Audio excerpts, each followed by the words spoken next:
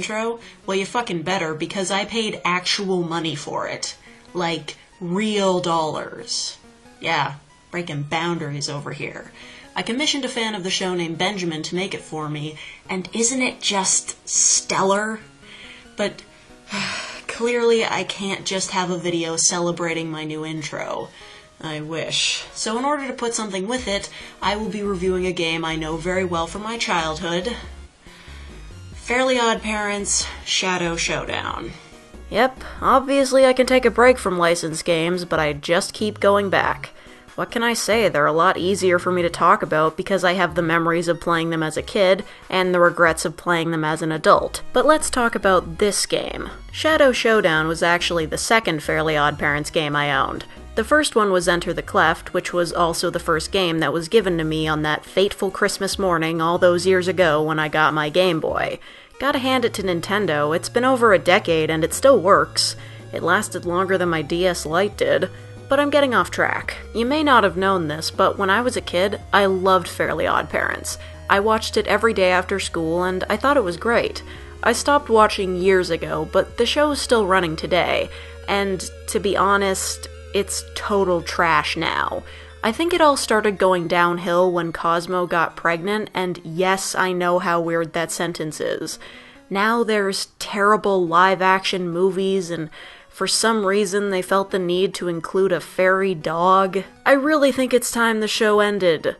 The same goes for SpongeBob, too. But that's not what we're here to talk about. We're here to talk about Showdown. This game was released in 2004 on PC and every mainstream console, except the Xbox. Why wasn't it on Xbox? Well, it was going to be, but it got cancelled due to low sales. Now that's a good sign right there. But of course, I only had the Game Boy version, which is clearly very different from the other versions if the plot summary on Wikipedia is anything to go by. See, from my perspective, looking at the cutscenes in the Game Boy version, which are all just still pictures by the way, all I can tell about the story is this. The sun in fairy world got blacked out. Then some fairy king, who I'm pretty sure wasn't even in the show, has an evil shadow, and then some weird-looking gems go missing. Meanwhile, back on Earth, Timmy Turner is watching TV, and suddenly he and his fairies get poofed away to Fairy World by somebody, and then they meet up with Jorgen von Strangle, who seems to tell them to fuck off, and then the game begins. Damn, man, at least the SpongeBob game had a couple dialogue boxes to give you some idea what was going on, and that was based on a movie that the player had probably already seen. Here, all you get are vague pictures. Could a bitch get a few words, too? Seriously, who the fuck is this guy, and why does he have an evil shadow? You know what? Fuck it. Let's ignore the plot for now. So starting the game, you see it's a 2D platformer, because, of course, and you get this tutorial. D-pad moves, A jumps, and B runs and picks up objects. Also, double tapping down in the air does this ground pound attack. And here we see the first enemy for the game. Walking diamonds. No. They're not nearly that cool, they're just diamonds with feet. Further on in the tutorial, you find out you can switch to Cosmo or Wanda using L or R. Wanda can transform enemies into other things like anvils and bombs, and Cosmo can transform Timmy into different objects at certain points. Starting off, it all seems cool.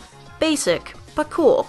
The fairies' abilities add a somewhat unique element to the gameplay, and the graphics match the style of the show. But then suddenly, the game just hits you in the face with how boring it is.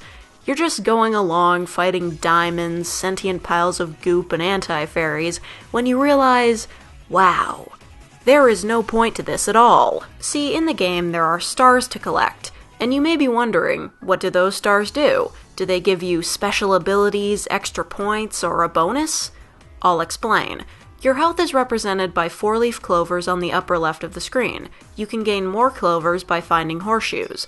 Beside the clovers is a star that fills up a bit more every time you collect a star, and once it gets full, a clover of health is restored. And that's it. That's all the stars do. They're just health. Everywhere. It is nearly impossible to lose this game, because everywhere you go, there's so much health. So you'd think the best thing to do would be to ignore them and only grab stars when you're low on health. No, this game forces the stars on you, to the point where if you don't get them, you can't finish the level. Early on, there's a section where you have to go into houses and get stars. If you don't go into every single house and get every star in them, the way out of the level remains blocked off. And maybe I'd get it if the stars actually did something, but no, the stars are just health. There's no reason to collect them. And that's really irritating because as the game goes on, it becomes less and less linear, and there are plenty of dead ends that are just there because the game wants you to collect more fucking stars. Oh, and by the way, don't hold out for a save feature either. It's a fucking password system again. I don't understand why. I know for a fucking fact they could have had a save feature. This isn't just a shit licensed games thing. Other games like this had saves. Fucking Spy Kids 3D had saves. Shit like this is why THQ went bankrupt. So as you play through the game, you get more vague PowerPoint cutscenes that really don't tell you what's going on at all.